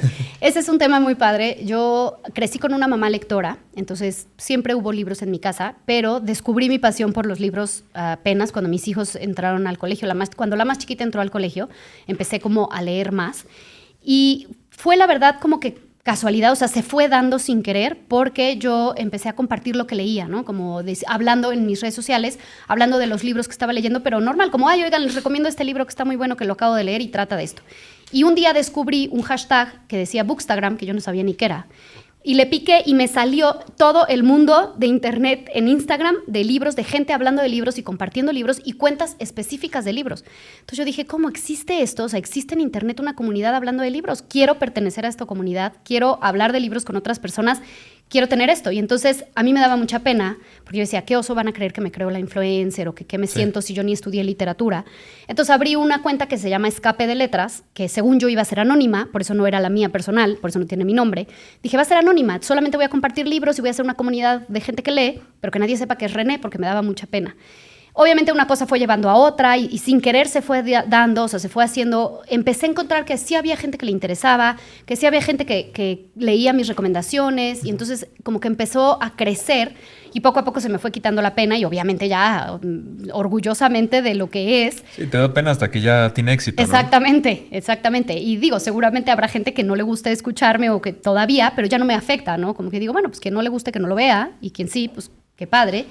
Y he hecho esta comunidad que fue creciendo poco a poco. Y, por ejemplo, el club de lectura, yo ya tenía un club de lectura, pero era chiquitito. Pero la pandemia ayudó mucho, como a todos los que en la pandemia todo lo digital creció mucho. Y en la pandemia hice el primer Zoom que yo pensé que nadie se iba a meter. De hecho, hasta le dije a mi mamá y a mi hermana y a mis primos, me decía, por favor, meta, porque va a estar la autora con nosotros y me da pena que entren 3. Y la autora se va a conectar. Entonces, por favor, conéctense, lean el libro y conéctense. Y mi sorpresa fue que ese Zoom se conectaron 250 personas que estuvimos hablando de un mismo libro y con la autora. Entonces, así ha sido como muy sorpresivo, muy como prueba y error, como son las redes sociales. He hecho cosas que jalan, he hecho cosas que no, pero así poco a poco se ha ido creciendo, han surgido ideas y pues se van quedando las ideas que van teniendo éxito. ¿Y cuál es tu propósito? O sea, ¿quieres escribir? ¿Quieres solamente recomendar libros? O sea, ¿cuál es o sea, ¿por qué alguien te seguiría? O sea, ¿qué encuentra en tu contenido? Recomendaciones de libros, o sea, yo leo muchísimo y de todo lo que leo, los que más me gustan son de los que hablo y los recomiendo. ¿Cada cuánto lees un libro? Híjola, es muy variado porque depende el mes y depende el libro, depende de qué tantas actividades tengo en mi día a día, pero normalmente en un mes leo de 2 a 4 o 5 libros, a veces 2, a veces 1 si es un librote y si no a lo mejor 4, depende. Okay, o sea, pero sí es Bastante. Sí. ¿Y qué tipo de libros lees? ¿De todo? O sea, ¿no te has sentido presionado por tu contenido a leer cosas que no te gustan para poder cumplir con la demanda de gente que te está pidiendo cosas? No. Siempre he dicho que me mantengo muy fiel, sobre todo a recomendar realmente lo que sí me gusta. De hecho, ese es mi acuerdo con las editoriales. Las editoriales me mandan libros, así mi unboxing es de libros. Qué cool. Sí, amo. Pero mi acuerdo con ellos es, a ver, tú me mandas libros, pero yo no voy a hablar de un libro que no me gustó. O sea, lo que no hago es hablar mal del libro públicamente, sí, claro. porque pues también hay muchos factores por los cuales me pudo haber gustado o no. Entonces, como que digo, públicamente no. Cuando alguien me pregunta, oye, ¿qué opinas de tal libro? Sí contesto siempre con la verdad de no me gustó por esto, o sí me gustó por esto, por esto. Pero los libros que yo recomiendo, los recomiendo porque sí me gustaron, ¿no? Entonces yo leo mucho y de eso que voy leyendo, pues voy recomendando los que me van gustando. Entonces, ¿y qué tipo de libros recomiendas? ¿O qué normalmente te es novela. No, casi todos, más bien todos son novela. De pronto leo no ficción, que son como todos estos libros, a veces de negocios, o a veces de psicología o cosas así. No me encantan. Leo alguno cuando me lo recomiendan mucho, pero normalmente lo que leo es novela. ¿Como de novela Atomic histórica. Habits y esos? Ese, por ejemplo, me gusta mucho, ese sí lo leí. Okay. Pero casi no leo de ese estilo. Son poquitos los que leo de ese estilo. Más novela histórica, narrativa contemporánea me encanta, narrativa general. De pronto algún thriller. No son mi fuerte, de pronto cuando quiero como que descansar de lo que siempre leo, pero más eso, novela contemporánea, histórica. ¿Y qué opinas de las novelas rusas? Pues fíjate que me falta mucho leer los clásicos, sobre todo clásicos rusos, okay. Sí, porque no estudié literatura. Entonces yo estudié mercadotecnia. Entonces lo que leo o lo que sé de libros o de literatura es por amor al arte y porque he leído. Ahora ya me he metido mucho a muchas clases, a muchas masterclass, por ejemplo, para leer El Quijote, para leer Rayuela, para leer todos esos que son librotes que si no me los van como que explicando o diciendo por qué son importantes, a lo mejor lo lees y dices que no entendí o no sé. Entonces, todavía me faltan muchos clásicos por leer, por entender, que de hecho es una de mis metas, es estudiar literatura tal cual. No lo he hecho, sé que en algún momento lo voy a hacer. Así como también mi meta es escribir un libro, también lo quiero hacer. Ya lo he intentado, llevo 3 intentos, ahorita estoy en el tercer intento, precisamente es una novela sobre la cárcel.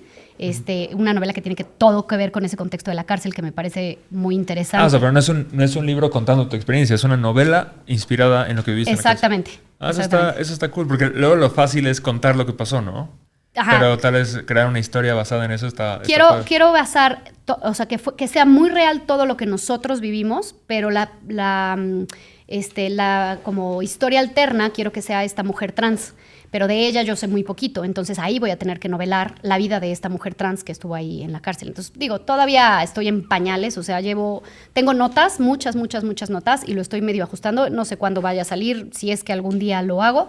Esa es mi meta, quiero hacerlo. Yo no por como dices del Quijote, que sea como clásico así, pero sí he oído que las novelas rusas son muy buenas por la complejidad de los personajes y cómo a día de hoy sigues como identificando a tal personaje con alguien que conoces, como que son muy actuales aún así. Y yo por eso te preguntaba, o sea, no te voy a recomendar, ¿no? Tú sabrás más. Pero justo sí he oído gente que no está tan metido como en esta parte de... O sea, el Quijote siento que si lo lee alguien es o porque está estudiando o por mamador, porque la verdad no es divertido. No es fácil. O sea, no es... Fíjate que cuando te lo explican sí es divertido, es muy chistoso. Puede ser. Pero es complicado, tiene un lenguaje muy antiguo y entonces requiere demasiada... No sé, cansa. Para mí, a mí me cansó. Yo lo comparo como ver películas que en algún momento fueron que por algo son clásicas. Si entiendes el contexto, no sé, que en Matrix, la primera escena donde se hace así, que porque hicieron unas cámaras y todo, ok. Pero si no es ese contexto, no está padre porque hoy en día hay mejores cosas, o sea, objetivamente hablando. Pero sí he oído eso de las rusas. ¿Cuál dirías que...? Es que yo soy muy ignorante para las novelas. O sea, en un thriller es resolver un crimen, o en estos de Atomic Habits o Piensa rápido, piensa lento, todos estos libros como de autoayuda, pues es mejorar, ¿no? Pero una novela, ¿qué? O sea, ¿es el chisme? No, depende de qué se traten. Por ejemplo, una novela histórica, son personajes históricos, pero te lo cuentan de manera novelada. Por ejemplo, ahorita justo estoy leyendo un libro... ¿Novelada como inventada? No. Recreados los diálogos. Por ejemplo, estoy leyendo un libro de Sor Juana Inés de la Cruz, ¿no? Que es esta mujer que fue criolla, porque fue nacida en México, pero sus papás eran españoles en la época de la Nueva España. ¿Es la que sale en el billete de 200? Exactamente. Okay. Ajá. Es una mujer es una mujer muy importante en México, en la literatura, o sea, la seguimos nombrando y citando y todo hoy en día. y es su vida, esta es una novela. Quiere decir que no es que me van a decir, nació en no sé dónde, vivió en no sé qué, estudió en no sé qué. No, sino que o sea, te lo cuentan en modo de novela, como si estuvieras viendo una película. Te lo van narrando y qué sentía, qué pensaba, qué hacía. Entonces, por ejemplo, los diálogos, pues sí, los diálogos los crea el autor. Por eso es novela histórica, por eso no es una biografía tal cual, porque a lo mejor no lo dijo así, a lo mejor le pones una personalidad, de acuerdo a lo que sabes. Ella tiene cartas, o sea, los autores investigan para hacerlo muy real. Hay otro libro, por ejemplo, que me gusta mucho, que se llama La Mesa Herida, que es sobre Frida Kahlo. Frida Kahlo tenía un chorro de diarios y cosas, entonces la autora pues que te estudió esos diarios para, a partir de eso, crear la personalidad de Frida Kahlo y hacer cómo le diría a Diego Rivera tal cosa, o cómo se expresaría de tal, o qué sentiría en tal situación, y nos los describe. Pero para los lectores es delicioso porque pues, es como si estuvieras viendo una película, pero pues te lo están contando rico y estás aprendiendo sobre el contexto, sobre el personaje, sobre qué hizo. Se supone que una buena novela histórica está muy apegada a la realidad. Entonces, por ejemplo, una novela histórica sobre Julio César o una de Roma, pues no se pueden inventar que comían salchichas y no existía la salchicha, ¿no? Tiene que ser muy apegado a la realidad, pero te lo novelan, entonces lo lees muy rico. ¿Y no hay muchas críticas sobre las libertades que se toman para inventar esos diálogos a veces? Pues no, porque precisamente los autores tienen como tiene un nombre, como permiso literario, no, creación, no, licencia literaria o algo así tiene un nombre, en que sabes que es una novela histórica y que va a haber partes recreadas que gente no sabe o que son recreadas. Tú no puedes tomarte al pie de la letra una novela histórica de que así pasó porque así lo leí en la novela histórica. No. O sea, ¿quieres saber exactamente? Vete a los archivos históricos. Y ni eso, ¿eh? Sí, es como ver una película como la de exactamente. Bob Dylan que acaba de salir, pues no me sobre su vida. Que no cada movimiento será exactamente igual, pero aprendes un poco de exactamente, así es, tal cual. Y es una delicia. Y la novela contemporánea son historias que pueden ser totalmente ficticias, o sea, puede ser alguien que se inventa una historia, pero lo que tiene la literatura es que es arte, como música, como el cine, como los cuadros, y no necesariamente tienen que ser, o sea, que tienes que aprender de ellos, ¿no? O sea, tú vas al cine y puedes aprender si ves una película sobre la Segunda Guerra Mundial, pero también vas al cine y vas a ver Avengers o vas a ver lo que sea, y no necesariamente necesitas aprender de eso, pero sí te dejan experiencias como ser humano, o reflexiones, o te pones en los zapatos de otro ser humano, o te ayuda a ver realidades alternas. Acabo de leer un libro de mis favoritos de este año, y creo que va a ser de mis favoritos, que se llama La distancia entre nosotros, que es de Reina Grande, que ella cruzó la frontera, o sea, esto es real, está basado en la vida de ella, cruzó la frontera a sus 8 años, y pues todo lo que vivió antes, porque ella vivía en pobreza extrema en Iguala, todo lo que vivió antes, todo lo que vivió durante el cruce y todo lo que vivió llegando a Estados Unidos, ¿no? Y es una novela preciosa que me hizo llorar y te hace ponerte en el lugar o ver otras realidades que a lo mejor no son la realidad que a ti te tocó, pero a través de los libros puedes comprender muchas cosas del mundo. Entonces, esa es la belleza de la literatura. Que te ayuda. Hay novelas como muy morbosas de cosas reales que pasaron. Por ejemplo, bueno, es que yo no sé si... Bueno, no sé si sea una novela o no, pero leí uno que se llama Fui el asistente del doctor Mengele, que es un... Bueno, doctor Mengele, el de los nazis, de Auschwitz, ¿no? Ajá, y él cuenta... No, bueno, es más bien una como autobiografía, pero justo eso, o sea, como que cuenta y recrea diálogos que tuvo con esta persona, porque era su asistente y todo.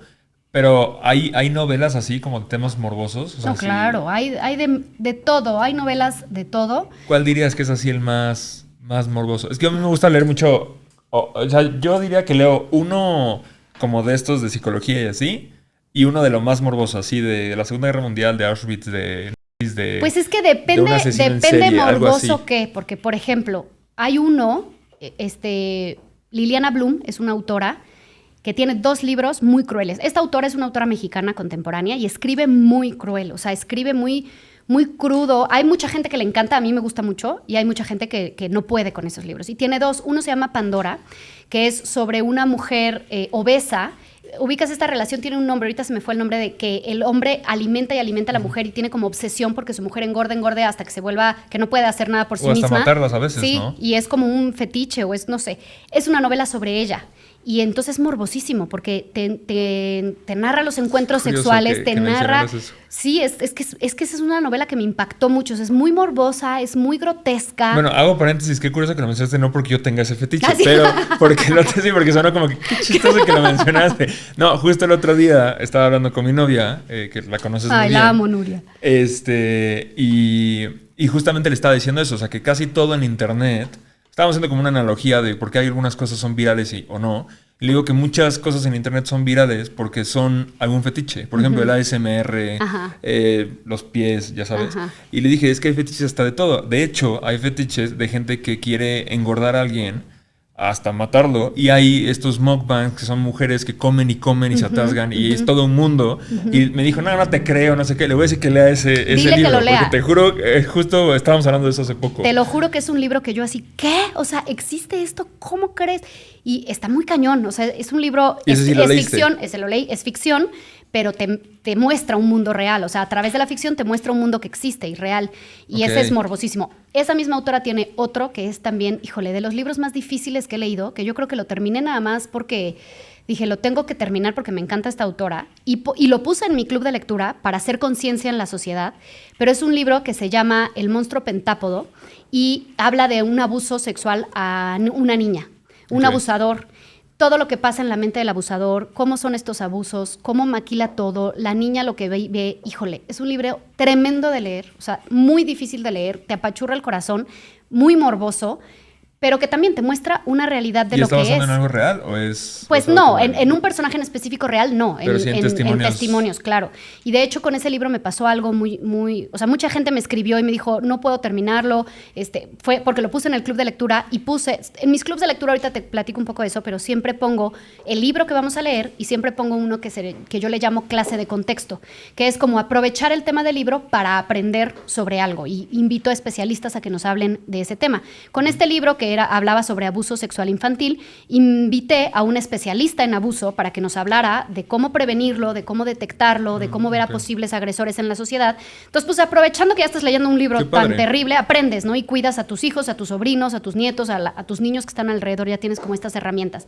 Y cuando leí ese libro, una seguidora de mi club, que ha estado ahí, que quiero y adoro, y ya la conocí en persona, porque ahí no la conocía en persona, me escribió y me dijo, René, te escribo con lágrimas en los ojos, llevo años en terapia, años trabajando porque tuve abuso sexual cuando era niña y nunca había podido lograr entender a mi abusador. No lo perdono, no lo justifico, pero por primera vez siento paz de entender qué pasaba y por qué hizo lo que hizo. Y todo fue gracias a este libro, que ninguna terapia en años que he tomado había logrado hacerme sentir y tener esta paz que me dio el libro. ¿Y crees que ayuda a entender la otra parte, aunque no la aceptes? ¿Cómo entender la otra parte? O sea, como dices, a entender por qué lo hizo, entender al abusador. Sí, porque es lo que te digo, te pone en los zapatos. No se justifica y lo acabas odiando y es un maldito, pero te hace como entender la foto completa de lo que sucede en estas mentes y de por qué son como son y qué es lo que buscan o qué satisfacción tienen. Y eso me encantó porque yo siento que la literatura es muy sanadora, aunque sea ficción o aunque sea basado en hechos reales o lo que sea, la literatura siempre es un espejo de la sociedad y a veces te encuentras en ellos o encuentras a alguien o puedes ver y pararte en posturas de otras personas y entender cómo funciona la vida lejos de lo que tú eres y de tu mirada. Y eso ayuda muchísimo como seres humanos. Y en estos libros, en estos grupos de lectura, ¿qué? O sea, pones un libro y les das un tiempo para leerlo. ¿Y qué pasa a los que no lo leen? No pasa nada. Es un libro al mes. Entonces yo siempre a principio de mes les digo... ¿No lees en 3 días y ya te vas con No, yo los leo antes, siempre leo. Y de todo lo que voy leyendo, digo, me late para el club, me encanta para el club y voy seleccionando. Vale, okay. Entonces digo, haz de cuenta, bueno, pues para marzo vamos a leer tal libro. Entonces yo les aviso antes de empezar el mes, les digo, el mes de marzo o el X mes, vamos a leer este libro y lo tienen que tener acabado para el fin de mes y pongo una fecha. Entonces, yo pongo 2 reuniones virtuales. Mi club es virtual, entonces se conectan de todos lados. Incluso, ¿cuántas personas se conectan? Híjole, varía mucho, depende de los autores, pero por ejemplo, en febrero tuve 170 lectores conectados en el Zoom. ¿Y se meten y cada quien puede hablar? Sí, la manera en que hago es siempre invito a los autores, cuando son autores vivos y alcanzables. Cada vez, la verdad es que como el club ha crecido, pues a los autores les interesan 170 lectores, qué cool. O sea, porque van a entrevistar comprar. ahí al... Sí. Qué padre. La mayoría de las veces, a través de las editoriales, o les escribo directo a ellos, o a través de las editoriales les hago llegar la invitación y les digo, oye, te invito a platicar con nosotros en el club, somos 100 lectores o más de 100 lectores, y a ellos les interesa mucho porque quiere decir 100 libros vendidos o más de 100 personas que van a leerlo y a recomendarlo. Entonces, casi todos aceptan. De pronto hay algunos inalcanzables que todavía no logro, pero yo sigo tocando las puertas, pero hay... ¿A quién te gustaría? ¿Quién sería tu invitado ideal? Pues ahorita, por ejemplo, bueno, es que mi invitada ideal ya la tuve, que es mi autora favorita, que es Irene Vallejo, que es, ella es majestuosa, o sea, yo la admiro, la amo, y además, no tanto por sus libros, que obviamente, sino por ella como persona. Tú la escuchas hablar, vino a la Feria del Libro de Guadalajara, ha venido ya varios años, la escuchas hablar y es como un genio, es como un ser elevado de otro planeta que habla tan hermoso, escribe tan hermoso y la admiro muchísimo. Entonces mi sueño era tenerla y ya la tuve en un Zoom con su libro El infinito en un junco, que es un libro, es un ensayo, es un libro complicado de leer porque es un ensayo, no es novela. Ensayo es que justamente no es novela, no es una historia, sino que son como puro razonamiento y pensamiento bajado escrito, y es un ensayo sobre la palabra escrita, o sea, todo por eso se llama El infinito en un junco, desde que se escribía en juncos hasta el día de hoy, la evolución de la palabra escrita, y es un ensayo precioso para todos los que nos gusta leer y las letras y demás. Es un poco complicado, pero pues vale la pena conocerlo. Y la tuve en un Zoom, y igual entraron un chorro de lectores, yo creo que casi 300 con ella, y fue una gozada escucharla, porque escucharla hablar es una gozada. Y esa es la reunión que pongo a fin de mes, en la que hablamos del libro con el autor. La mayoría de las veces están los autores. Y en medio del mes, o sea, antes de esa reunión, meto la que yo llamo clase de contexto, que en esa es la que pongo una clase sobre algún tema que tenga que ver con el libro. Entonces, por ejemplo, si es un libro sobre la Segunda Guerra Mundial, pues contrato a un historiador que nos hable sobre la Segunda Guerra Mundial desde la perspectiva histórica, ¿no? Como para entender el contexto. Si es un libro que habla sobre, o no sé, que el personaje, a lo mejor es ficción, pero el personaje tiene una herida de la infancia, pues le traigo un psicólogo que nos hable sobre heridas de la infancia. O por ejemplo, de Pandora, que te digo que es el de la mujer que el hombre la engordaba, en ese tuvimos una clase sobre trastornos alimenticios. Entonces nos vino a hablar un especialista, así. Ahorita vamos a leer el de La distancia entre nosotros, que es de esta mujer que atravesó la frontera como mojada, y vamos a tener un tema sobre migración, que ahorita con todo el tema que está de México y la migración y demás, nos va como un especialista que estudia ese tema, nos va a hablar y nos va a explicar este fenómeno social. Entonces el tema de las clases va variando, siempre va variando en torno al tema del libro. Okay. Y son esas 2 reuniones virtuales. ¿Y nunca metes libros de repente ligeros? Así, o sea, no te voy a decir Harry Potter, pero algo como Ay, Harry Potter lo amo, ¿eh? ¿Sí? Híjole, sí, me encanta Harry Potter. Sí, trato de variarle. Siempre trato de variarle para que en el club haya de todo. O sea, haya libros más fáciles. ¿Alguna vez has metido algo como Harry Potter? Pues Harry Potter no, pero... Pues sí, de todo, o sea, novelas a lo mejor más ligeritas o libros más chiquitos, de pronto sí me emociono y pongo uno más intenso. Trato que sean libros que a todo mundo les va, o que a la mayoría le va a gustar, porque para mí es una responsabilidad recomendar un libro, porque los libros no son baratos. Entonces, cuando alguien va a emplear su dinero y su tiempo, sobre todo, en leer algo, pues sí como que digo, ay, no les voy a recomendar algo chafa, ¿no? O sea, quiero que valga la pena el gasto de tiempo y de dinero que van a hacer. Entonces, para mí, escoger el libro del mes, trato de pensar que sea un libro que a la mayoría le va a gustar o que nos va a dejar algo importante, o sea, algún aprendizaje, que nos va a sensibilizar o que el tema sea de interés, o que esté buenísimo, ¿no? O sea, hay libros que a lo mejor no es que tengan gran aprendizaje, pero que está buenísimo el chisme y pues está padre ponerlo, porque también para eso es la literatura, para disfrutar, para gozar de ese ratito. Es como la televisión, ¿no? A veces se te antoja ver un documental, a veces se te antoja ver una película palomera, dominguera para descansar, a veces se te antoja un thriller, a veces se te antoja algo histórico. Entonces, pues es lo mismo con los libros. Hay de todo y hay para todos los momentos, para todos los gustos, de lo que quieras. Ya, bueno, para ir cerrando, ya vamos, hora y media, ¿no? Hora 25. Tengo 2 dudas. Una, ¿qué pasa cuando estás leyendo un libro y no te gusta? O sea, ¿lo dejas o eres de esas personas que...? Porque luego, o sea, aquí lo estoy haciendo pensando ya en... O sea, mi audiencia es mucho más variada, hay mucha gente joven no tan letrados. Entonces, o sea, ¿qué pasa con ellos? Porque luego sientes como esa presión, ¿no? De acabar un libro, ¿qué pasa cuando no? Y para gente ya más general, ¿cuáles serían tus top 3 recomendaciones? Así, libros que tienes que leer sí o sí. Ok, mira, qué bueno que me preguntas eso, porque yo creo que es como de generaciones. Yo creo que ahí se denota la edad. Las generaciones pasadas los obligaban a terminar los libros que empezaban. Y me parece una estupidez, porque Cuando lees por placer, porque una vez dije esto en una conferencia, en una preparatoria, entonces ya sabes, entonces no tengo que leer el libro que me dejó mi profesora. No, sí. O sea, a ver, si es de tu escuela, si es de tu trabajo, claro que tienes que acabar lo que empiezas. Pero si estás leyendo por placer, porque te gusta leer, por supuesto que no te lo tienes que acabar. Yo, el libro que no me gusta, le doy chance, porque a veces empiezan mal y mejoran, entonces le doy tantito chance, pero cuando veo que no, bye, siguiente. O sea, existen millones de libros en el mundo, millones de autores, los clásicos, los contemporáneos, o sea, se imprimen libros de todos los temas. ¿Por qué voy a perder mi tiempo en un libro que no me está gustando? Por supuesto que el siguiente, y lo abandono sin ningún remordimiento. Es como, yo siempre les digo, es como cuando estás escuchando música. Si hay una canción que no te gusta y te aturdió, ¿te obligas a acabarla de escuchar porque ya empezaste? Pues no, le cambias y oyes la que te gusta y te vas en la música, te vas de la que te gusta a la que te gusta, a la que te gusta y pasas un momento agradable escuchando pura música que te gusta. Lo mismo con los libros. ¿Por qué te vas a detener en un libro que no te gusta? Nadie te obliga. Cámbialo y vete de puros libros que te guste, que te guste, que te guste. Es un placer leer, tiene que seguir siendo así. Ahorita que dijiste lo de la música, justo hay un autor que a mí me gusta mucho que se llama Nassim Taleb. Es un matemático filósofo, es medio arrogante y medio difícil de leer, pero justo él dice eso, o sea, que él lee como escucha música. O sea, date cuenta cuántas canciones sabemos de memoria porque las hemos escuchado varias veces o porque las regresas. O sea, él dice que hay veces que hasta incluso agarra un libro y lo abre así a la mitad y lo empieza a leer y te lo quedas, o sea, se clava. Hay veces que repite un libro porque le gustó y hay veces que justo, ¿no? Lo pasa. O sea, como que... Pues sí. ¿Y crees que hay un libro que le gusta a cualquier persona? O sea, si hay alguien que nunca ha leído, nunca ha agarrado un libro, no tiene el hábito, ¿crees que sí hay algo que sí...? Yo creo que hay libros por los que vale la pena empezar. O sea, por ejemplo, es mi pleito con las escuelas que luego ponen literatura preciosa, que son obras de arte, pero que no están para chavitos de secundaria o de prepa porque les va a dar toda la flojera del mundo. Y eso es lo que sucede mucho en México, que nuestro primer acercamiento con los libros es los libros de la escuela, que nos ponen clásicos de flojera. Yo me acuerdo que a mí me pusieron a leer Gabriel García Márquez, y perdón para todos los que lo aman, y yo sé que es un grande, pero nunca me ha gustado.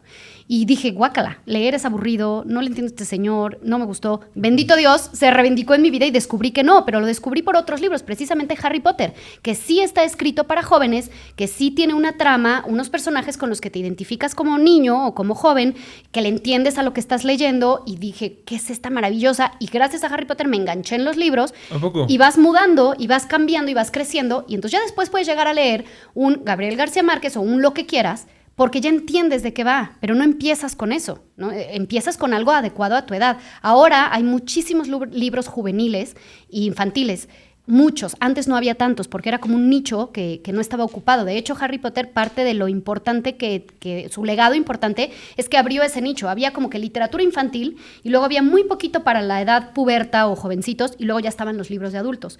Y en ese tramo se perdían muchos lectores. Entonces, ahora hay mucha literatura juvenil. De hecho, en redes, para toda tu audiencia joven que nos está escuchando, si buscan en YouTube son los booktubers, en TikTok son los booktokers, en Instagram son los bookstagramers.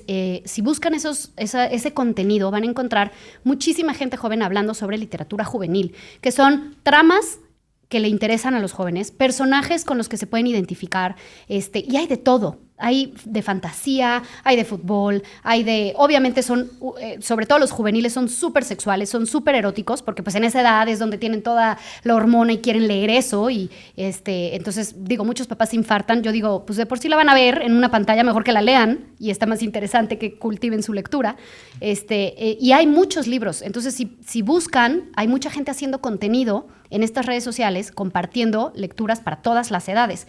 Entonces yo diría que alguien que no está familiarizado empiece de acuerdo a la edad que tienes y de acuerdo al tema que te interese. A lo mejor te pueden recomendar un libro, pero si a ti te da flojera leer sobre la Segunda Guerra Mundial, por más que sea un librazo, no vas a leerlo. Pero a lo mejor te interesa, te digo, el fútbol, o a lo mejor te interesan los abogados, y hay novelas sobre abogados, hay novelas sobre cualquier tema que me digas, ¿no?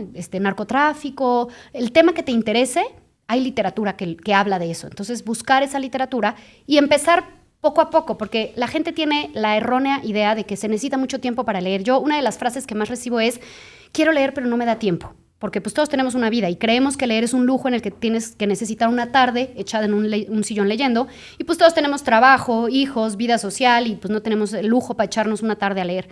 Pero eso es un error. Cuando te das cuenta que no necesitas más que 20 minutos al día o 15 para leer, y con un promedio de que leas diario 15 o 20 minutos al día, en promedio acabas un libro al mes. Y un libro al mes es un muy buen promedio, son 12 libros al año y está bastante bien. Entonces, si tú te programas a que solo le destines 20 minutos al día, que todos tenemos 20, o sea, si revisamos nuestro tiempo en pantallas, te apuesto que todos pasamos... Es lo que te iba a decir, o sea, en Screen Time, vayan a ver el suyo, seguro tienen 4 o 5 horas, o sea, sí es una locura. 20 minutos le robas a ese tiempo que pasas scrolleando, le robas 20 minutos o te levantas 20 minutos antes, o te duermes 20 minutos después, o mientras estás en el baño, o en cualquier momento 20 minutos los encuentras. Y el chiste es que sea diario, eso sí, para que sea un hábito, que siempre tengas tus 20 minutos al día de lectura. Y con eso te vas enganchando, también te vas volviendo un lector más rápido, porque si nunca lees lento, te atoras, necesitas trabajar en la lectura de comprensión, pero es como cualquier hábito, como la gente que corre. No salen a correr un maratón. Si yo digo hoy, mañana quiero ser corredora, no salgo mañana a un maratón. Empiezo con un entrenamiento que camino, luego voy trotando, luego troto media hora, luego una hora y vas entrenando tu cuerpo a eso. Lo mismo con la lectura, es un hábito y lo vas entrenando, pero empiezas con 20 minutos al día y te vas a volver lector sí o sí. ¿Y cuáles serían 3 libros? O sea, como dices, si no te interesan, no te interesan, pero a ti personalmente 3 libros así que tienes que leer sí o sí. Uno para principiante, uno para medio y uno para... A ver, para principiante yo recomendaría cualquiera de Eloy Moreno. Eloy Moreno es un autor español que escribe de una manera muy fácil de leer, capítulos muy cortos, entonces es satisfactorio porque sientes que vas terminando los capítulos. Y sus temas siempre son muy, muy bonitos. Tiene 2 principales que me gustan mucho. Uno se llama Invisible, que habla sobre el bullying. Es un niño que es bulleado en el colegio y te muestra la perspectiva de él, del bulleador, de los papás del bulleador, de los papás del bulleado, de la maestra, o sea, como todos alrededor del bullying, y te va mostrando como la mirada de cada uno ante el problema. Y es una novela, de hecho la acaban de hacer serie, está en Disney, y es una serie que acaba de hacer, pero yo les recomiendo que primero lean el libro. Y ese libro, no importa la edad que tengas, o sea, puedes tener desde 14 años hasta ser adulto y lo vas a disfrutar y está muy fácil de leer. Y ese mismo autor tiene otro que se llama Cuando era divertido, que ese es para adultos porque tiene sus escenas eroticonas, no es para niños, ese sí es para adultos, pero igual, mismo formato, capítulos cortos, muy comprensible, fácil de leer, y habla sobre una pareja. Entonces, cualquier adulto que tenga una pareja lo va a disfrutar porque habla de todo lo que vive una pareja, o sea, entre que primero toda esta pasión y cuando se encuentran, o los primeros momentos de una relación, luego la monotonía y luego cosas que suceden y entra un tercero y bueno, se pone como polémico el asunto, pero es buenísimo ese libro, te hace reflexionar mucho y está muy entretenido, está fácil de leer. Entonces, para principiantes, esos libros de Eloy Moreno siempre son garantía para arrancarse en la lectura. Ok, nivel medio. Luego, nivel medio... Siempre recomiendo El Ruiseñor, de Christine Hanna, que es un libro sobre la Segunda Guerra Mundial, que es sobre unas hermanas francesas que vivían en Francia en la ocupación alemana, y son como 2 personalidades. Una hermana que es como más rebelde, que se mete como a todo el tema de la... ay, se me fue ahorita cómo se llama eso... los franceses que se oponían. Bueno, ahorita la resistencia francesa. Esta mujer se mete a la resistencia francesa y la otra hermana que se queda en su casa y le llega un soldado nazi a vivir con ella porque así ocupaban, ¿no? Llegaban al pueblo de Francia y tú vives en esta casa y las mujeres te atienden y ahí vivían los soldados y bueno, como todo lo que se vivió en la Segunda Guerra Mundial en la ocupación francesa. Pero es un libro hermosísimo. La relación de estas hermanas, todo lo que tienen que hacer, todo lo que viven, lo que sufren, y ese sí está basado en historias reales, no es tal cual la verdad, pero sí hubo una persona que hacía lo que una de esas hermanas hacía en la resistencia, que era ayudar a los soldados, los soldados norteamericanos o los que venían a ayudarlos, como a los franceses, a cruzar hacia España. Entonces, bueno, es muy interesante esa novela, es preciosa, es más grande, por eso no la recomiendo a tan principiantes, porque no es que sea complicada ni mucho menos, pero es más grande, es un libro más grande y es una belleza, ese libro es hermoso. Y algo más así... Así tu libro favorito. Así. Ay, es que no tengo un libro favorito. Que van a mandar una nave espacial para hacer una cápsula del tiempo por si algún día alguien nos encuentra y tuvieras que meter ahí un libro, ¿cuál meterías? El de Irene Vallejo, el que te dije, El infinito en un junco, que es un ensayo. Okay. Definitivamente porque habla de toda la historia de la humanidad en torno a la palabra escrita. Y es una belleza. Y habla de todas las culturas.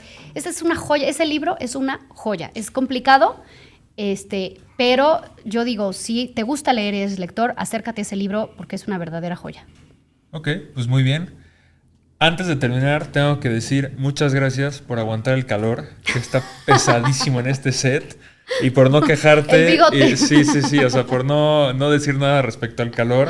Ya tenemos que poner aquí un mini split o algo, porque sí, no manches. Digo, yo estoy acostumbrado y al final pues soy el host, ¿no? Ahora sí que me tengo que aguantar, pero el invitado no tiene por qué estar sufriendo eso. Pero pues, René, muchas gracias. Espero que se haga una segunda parte. Siempre pasa el tiempo y ya volvemos a platicar. Y pues esto de los libros.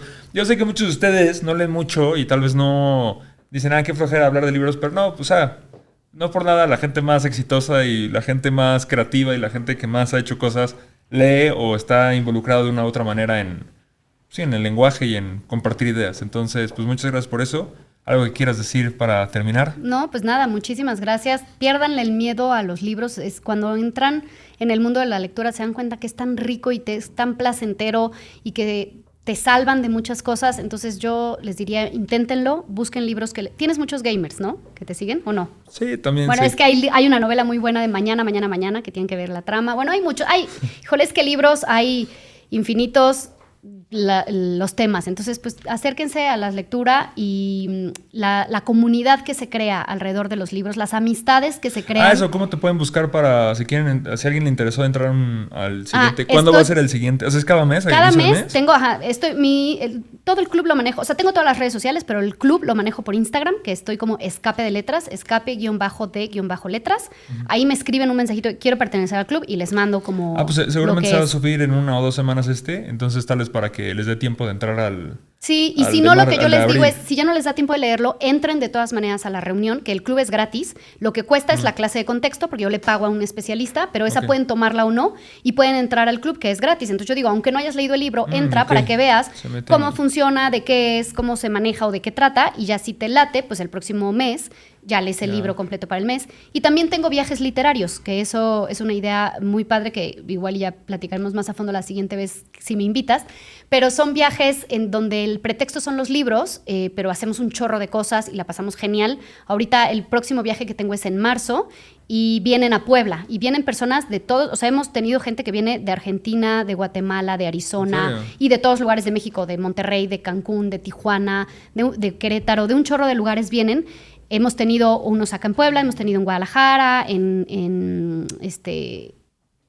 ¿cómo se llama? Guanajuato, y ahorita va a ser en Puebla, y hacemos visitas culturales, tenemos comida, va a venir una autora con nosotros a comer y vamos a hacer club de lectura con esta autora que es Mónica Lavín, y la pasamos genial. O sea, la verdad es para las que formamos la comunidad de lectores, han surgido anécdotas, historias, amistades, que ya luego te contaré, que son hermosas de estos grupos y son bienvenidos todos los que quieran pertenecer. Yo hago todas estas invitaciones abiertas en mi Instagram, por ahí se pueden enterar de todas las cosas que hago y pues todos bienvenidos. Pues muy bien, espero que convenzas ahí a tu esposo para que luego nos vayan a contar su versión de todo lo de la cárcel y eso. Y pues nada, nos vemos el próximo, espero que les haya gustado y bueno, ya saben todas sus redes y todo aquí abajo y pues nada.